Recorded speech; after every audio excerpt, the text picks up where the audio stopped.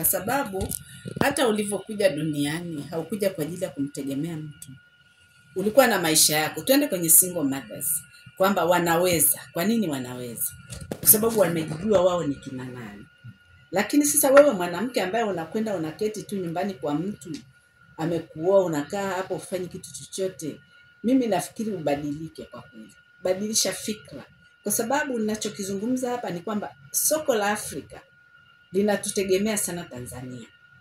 Sio soko la East Africa, la Afrika linatutegemea sana Tanzania. Sababu tumejaliwa nchi yetu ina vyakula vya kila aina.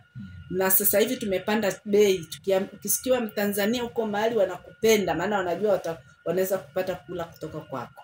Kwa hiyo kila mwanamke akifanya kazi, kila mwanaume akifanya kazi, kila kijana akifanya kazi, tukipata mashamba, tukipata mifugo ya aina mbalimbali, mbona tutalisha hata dunia?